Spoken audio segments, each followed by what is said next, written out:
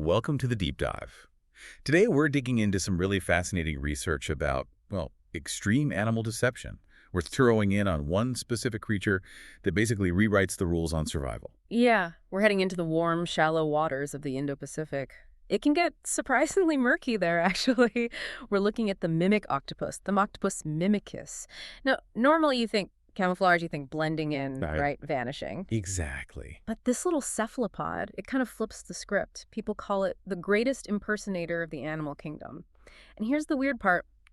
You often can't spot it, not because it's hiding, but because it's busy pretending to be something else, often something pretty dangerous. And what's really striking is just how small this master performer is. The mimic octopus maxes out around 60 centimeters, sometimes smaller. Tiny, really. Yeah, especially compared to, say, the giant Pacific octopus. Those can be, 4 meters across? Huge difference. But size doesn't matter here. Like all octopuses, it has that amazing biological toolkit, changes color, shape, texture, almost instantly. But this species, mimicus, it takes that ability and turns it into, well, performance art, almost. Yeah. It's not just changing its appearance, it's changing its whole identity on the fly. Complete quick changes. So our mission today is to unpack exactly how. How does this relatively small creature convince seasoned predators with great eyesight that it's actually a lethal threat? Mm-hmm. And what's the science making these incredible transformations possible? Okay, let's get into it. Right. So we really need to start with the basic strategy shift here. Think about typical camouflage in the animal kingdom. Okay. It's usually passive defense, right? A leopard in the grass, a fish against coral. It's all about not being seen. Which makes total sense, especially somewhere like the Indo-Pacific. That place is packed with hunters. Exactly. Predators there are highly evolved, very visual. So why on earth would this octopus choose to make itself more conspicuous? Why stand out? Yeah, it seems counterintuitive. Well, that's the genius of its strategy, really. It's more of an aggressive defense. The mimic octopus evolved, where just blending into the sand, well, probably wasn't enough. Too many sharp eyes around barracudas, sharks, groupers, you name it. So hiding wasn't cutting it. Apparently not. So instead of passive hiding, it uses this dynamic form of mimicry, Batesian mimicry, essentially. It gives up being invisible for the protection of looking toxic or dangerous. It's basically shouting, hey, look at me, I'm dangerous, not worth eating. Wow. That's quite a survival flex, as you say. So the disguise isn't just look like something else, it specifically look like something venomous or nasty to whatever's hunting it. Precisely. Its visibility becomes its shield. And the mimicry is smart, it's targeted. If a visual hunter like a grouper swings by, the octopus doesn't try to look like sand. No, it morphs into, say, a deadly sea snake, something that grouper instinctively knows to leave alone. Using fear as a weapon. Exactly. Conditioned avoidance, that's its main defense. Okay, this is where it gets really wild for me. Moving from why it does this to how. The research shows it's not just about changing color and hoping it works. This animal copies the behavior, the posture of whatever it's mimicking. Meticulously. Yes. It doesn't just look the part, it acts the part. The movement, the speed, the orientation it has to nail the whole performance, to sell the illusion. That's the difference between just like putting on a costume and actually embodying a character. Absolutely. It's that level of detail that really sets Thaumoctopus mimicus apart. We should look at some classic examples researchers have documented. Yeah, give me one that really paints a picture. Okay, how about the lionfish? Instantly recognizable, right? Yeah. Those dramatic fins, the bold stripes. And those venomous spines everyone avoids. Exactly. So when the mimic octopus does its lionfish impression, it instantly flashes those distinct stripes. But crucially, it also spreads and raises several tentacles, arranges them in that radial pattern, just like the lionfish's spiny fins. And the movement changes, too. It becomes slow, deliberate, almost like it's floating, displaying those spines. It's a really compelling illusion, especially, if a predator's had a bad run-in with a real lionfish before. It creates this terrifying effect. But precision is just incredible. But it's not just fish, right? Yeah. You mentioned predators having this universal fear that brings us to the sea snake. Oh, yes. The banded sea krait. Highly venomous, widely feared.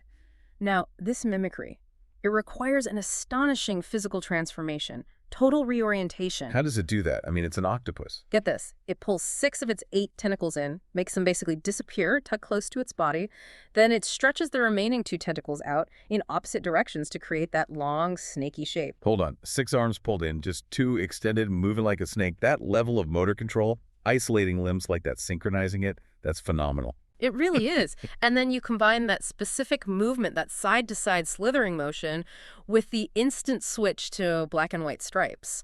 Well, the imitation is so convincing that even predators that hunt marine reptiles know to steer clear. Just incredible. Okay, so fish, snakes. What about something really different? Something in the water column itself? The jellyfish. Yeah. Another great example of mimicking something you definitely don't want to bite into. The ultimate untouchable drifter. So for the jellyfish impersonation, the octopus changes its movement completely again. It pushes itself up through the water, often sort of head down. It holds its tentacles together, waving the ends in that sort of pulsating way. Mimicking the bell shape and the pulsing. Exactly. That signature jellyfish movement, which signals, painful stings ahead. And that's a key point. It's not just mimicking deadly things, but also inedible things. Things that offer no reward, just discomfort. It really is a whole gallery of deception. Now, quickly, before we get into the mechanics, people sometimes confuse this octopus with another one, right? The wonderpus. Yes, good point. They do look similar sometimes. Thaumoctopus mimicus and wonderpus photogenicus both have striking patterns, but the wonderpus usually has slightly shorter arms and these very distinct, almost cartoonish eye stalks, usually high contrast. Okay. And while the wonderpus is also, a capable mimic, the research really suggests that our guy, the mimic octopus, has a significantly wider, more diverse range of these very specific, context-driven impersonations out in the wild. It's sort of the generalist champion of mimicry. So we've seen the performance. Now let's go backstage. How does it do this? How does an octopus achieve these instant, full-body transformations? Color, texture, shape, all in the blink of an eye. It really boils down to an amazing coordinated system. Specialized cells, specialized tissues, all controlled by a remarkably fast nervous system. We're mainly talking about two kinds of mechanisms at the skin level. Okay, start with the color. How does it go from, say, sandy brown to sharp black and white? Boom, just like that. That's the magic of chromatophores. Think of them as tiny sacs of pigment, black, brown, orange, yellow, just under the skin. Like little bags of paint. Sort of, yeah. But it doesn't mix them like paint. It changes color using muscle power. Each chromatophore sac is surrounded by tiny muscles, arranged like spokes on a wheel. When the octopus wants to show that color, zap, those muscles contract, pulling the pigment sac wide open. Like opening a tiny curtain, revealing the color underneath. Exactly. And when the muscles relax, the sac shrinks and the color disappears or becomes much less visible. And this happens incredibly fast. Okay, so chromatophores are like these super fast color pixels. But what about texture? How does it go from smooth like a snake to bumpy like a crab or coral? That's the other key player, the papillae. These are small, muscle-controlled bumps or projections in the skin. Think of them as like tiny, controllable skin muscles that can push the skin outwards. So it can physically change the texture of its skin. Instantly. By activating different groups of papillae, it can go from perfectly smooth, maybe for that sea snake look, to incredibly rough, bumpy, or even spiky, mimicking coral or a crustacean. So chromatophores for the 2D patterns and color, papillae for the 3D texture. But the coordination, that's what blows my mind. Sure. You're talking millions of these tiny structures all across its body in 8 arms, all firing in sync instantly to create one convincing image while it's doing complex movements like that 6-tentacle puck for the sea krait. What does that imply about its brain? It tells us the octopus nervous system is just a masterpiece of distributed control. The mimic octopus has a central brain, yes, but a huge proportion of its neurons are actually located in its arms. In the arms themselves. Yeah. This allows for what scientists call semi-autonomous control.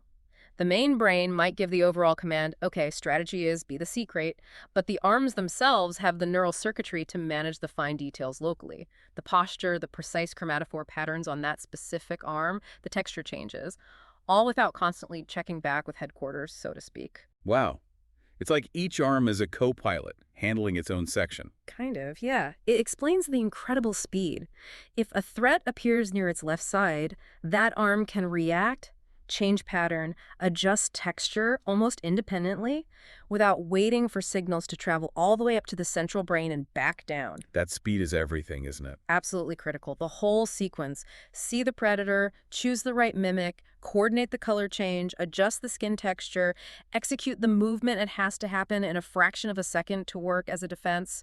It's just incredible evolutionary pressure driving efficiency. It really makes it even more astonishing that this creature, with such advanced biology, stayed hidden from science for so long.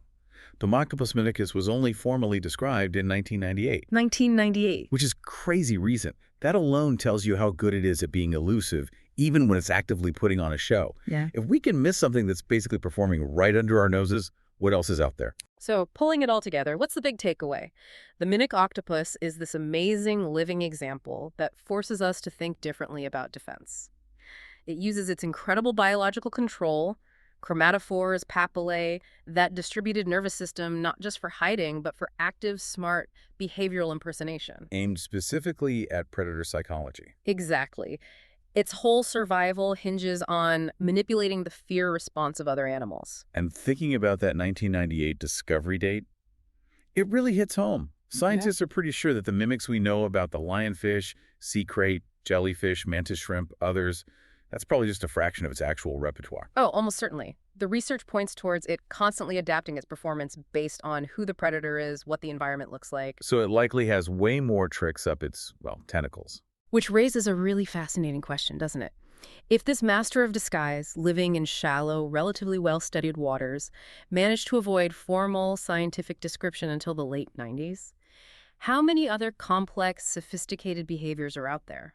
Not just in octopuses, but across the animal kingdom. Things we just haven't seen yet or haven't understood. Yeah.